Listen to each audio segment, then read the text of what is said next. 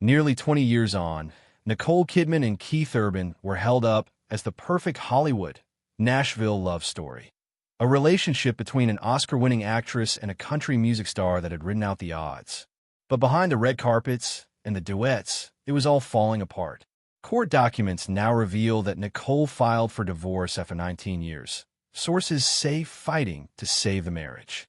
His first public performance post-split showed no wedding ring, no love song for Nicole, and altered lyrics that hinted at rewritten history. The golden couple image has shattered, and Nicole's side is finally emerging.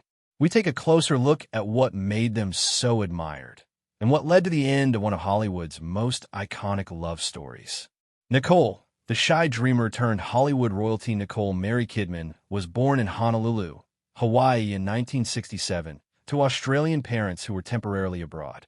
Her father, Anthony Kidman, was a clinical psychologist and biochemist, and her mother, Janelle, was a nurse and educator. Still a child, the family returned to Sydney, where she grew up in a household steeped in both discipline and ambition. Unlike the bright, poised figure she later became, young Nicole was painfully shy. She would blush so intensely when asked to speak in class that her teachers worried she lacked confidence. Yet that timidity was paired with a powerful imagination. She sought refuge in performance, first in ballet, then drama classes, and finally in youth theater groups where she could channel the emotions she found hard to express in daily life. By her teens, her talent was undeniable. Australia's film industry at the time was blossoming, and she seized her chance, landing roles in television movies and eventually was cast in the 1983 cult thriller BMX Bandits. Her porcelain features and height made her stand out, but it was her emotional range that convinced directors she was destined for more. By the late 1980s, Hollywood came calling. It was during this rise that Nicole met Tom Cruise, her first great love and her first great heartbreak. They married in 1990, becoming one of Hollywood's most photographed couples. For Nicole, the marriage brought prestige but also pain. Scientology, which is Tom's religion, cast a long shadow over their union. While she rarely speaks in detail about those years, it is well known that when the marriage ended in 2001, she lost not just a husband, but also primary custody of their two adopted children, Isabella and Connor. This wound cut deep. Friends later revealed that Nicole felt stripped of motherhood itself, relegated to the edge of her children's lives. For a woman who longed for a family of her own, the rupture would become one of the defining traumas of her life. It is perhaps no coincidence that when she later met Keith Urban, she was determined to rebuild the dream of home and family she had lost. Keith, the troubled dreamer with a guitar, Keith Lionel Urban, was born across the Tasman Sea in Whangarei, New Zealand, the same year as Nicole. His family moved to Queensland, Australia, when he was still young, and it was there that his personality began to take on a restless and rebellious hue that was constantly seeking some form of escape. His father, Bob, owned a convenience store but was also passionate about country music, a genre not exactly mainstream in suburban Australia. He encouraged young Keith to pick up the guitar, and by the age of 6, he was already performing. Country music, with its tales of heartbreak and redemption, offered him both identity and therapy, but while his musical talent was prodigious, his home life was less harmonious. Allegedly, he lived in a family marked by tension and financial struggles, which may have contributed to his lifelong search for stability. In his teens, he performed in talent shows and small bars, cultivating not just his sound but also his image as the brooding country outsider with a rock star's edge. He soon dropped out of school to pursue the music full-time. For Keith, there was no plan B. Music was his only ticket out, but in came demons right along with the talent. By his 20s, he was already experimenting with alcohol and harmful substances. Fame, when it arrived, didn't steady him. It amped up the chaos. He made the move to Nashville in the early 1990s, hungry for recognition, and after years on the grinding circuit, his breakthrough finally came in 1999 with his self-titled American debut album. Suddenly, Keith was country music's new heartthrob. Known for his guitar prowess, tousled hair, and a voice that dripped with longing. But behind the scenes, the success was laced with self-destruction. By the time he met Nicole in 2005, he had already been in and out of rehab.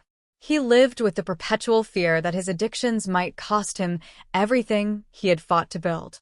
Nicole and Keith seemed, on paper, to come from different worlds, a case of Hollywood prestige versus Nashville grit. What really bound them was the baggage they each carried.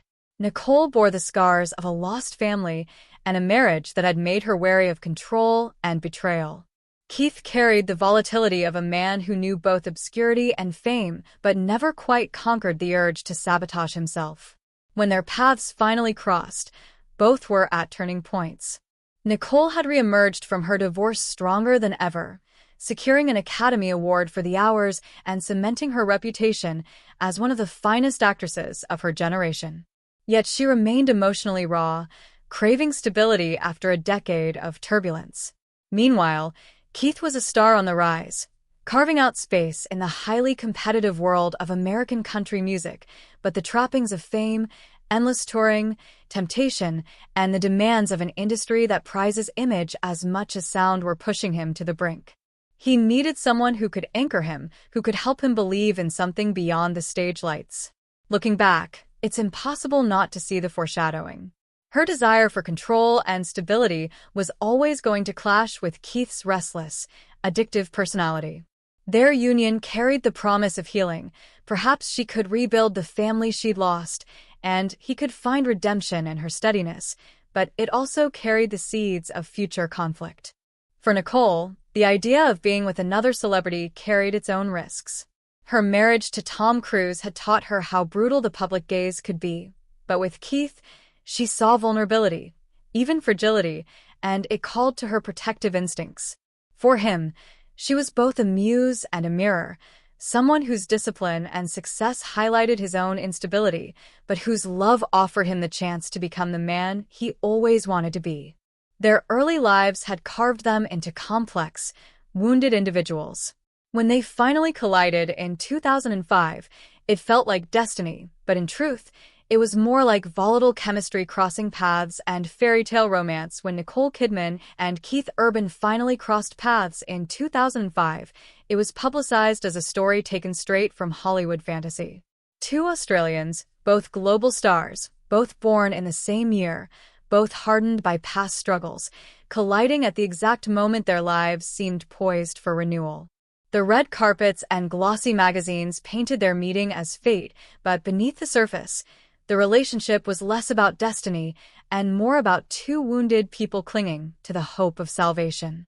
The first spark came at the Day USA Gala in Los Angeles in January 2005, a celebration of Australians working in Hollywood. Nicole was fresh from the storm of her divorce with Tom Cruise, but by then she had rebuilt her career and stood tall as an Oscar-winning actress. Keith, on the other hand, was the rising Nashville star whose records were starting to cross into mainstream pop appeal. When they were introduced, she later admitted she didn't think he was interested. He was polite but reserved, and though they exchanged numbers, he didn't call her for months. She confessed years later that his initial lack of approach nearly derailed the love story before it began, but when he finally reached out, something clicked. Their romance moved quickly once it began. By May, they were photographed together, and by the end of the year, she was describing him in interviews as the man who had swept her off her feet. For her, who had lived through the suffocating surveillance of her marriage to Tom, he represented freedom.